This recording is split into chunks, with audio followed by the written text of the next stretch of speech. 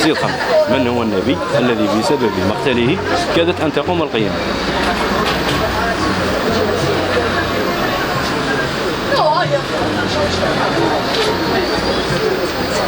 من هو النبي؟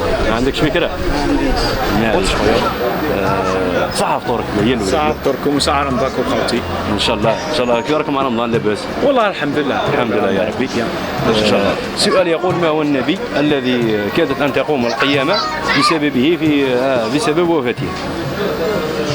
كادت ان تقوم القيامة بسبب وفاته. نقدر نفكر شويه؟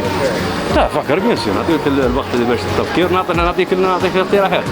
عندنا سيدنا يحيى، سيدنا عيسى، ولا سيدنا موسى؟ سيدنا موسى. زيد خمم. الإجابة الأخيرة تاعك. عندنا سيدنا يحيى، سيدنا موسى، ولا سيدنا عيسى؟ بسببه كادت أن تقوم القيامة، يعني بسبب الوفاة تاعو، المقتل تاعو، كادت أن تقوم القيامة. سيدنا يحيى. بدت الإجابة. إجابة أخيرة.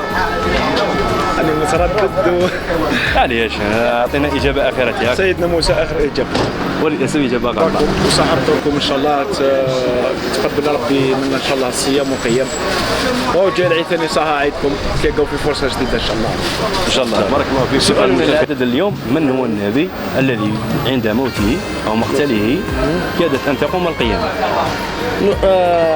يحيى عليه السلام. ان شاء الله يكون يحيى، وشو انا نعرف يحيى.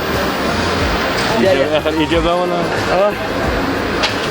يحيى، انا نقول يحيى عليه السلام.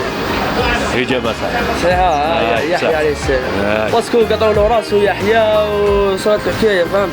وغضب ربي بزاف عليه هذه الحادثة اللي دارتها بني إسرائيل على النبي هذا. وإن شاء الله تكون فكرة مليحة، يعني تسقسيو أسئلة هكذا في رمضان المبارك على هذه الأسئلة. ونشكركم على المبادرة هذه، ونشكر حلويات القدس ثاني على المبادرة هذه، وخويا رحيم مراكشي. بارك الله. وصاع عيدكم وصاع رمضانكم، وتفطروا بالصحة والهنا.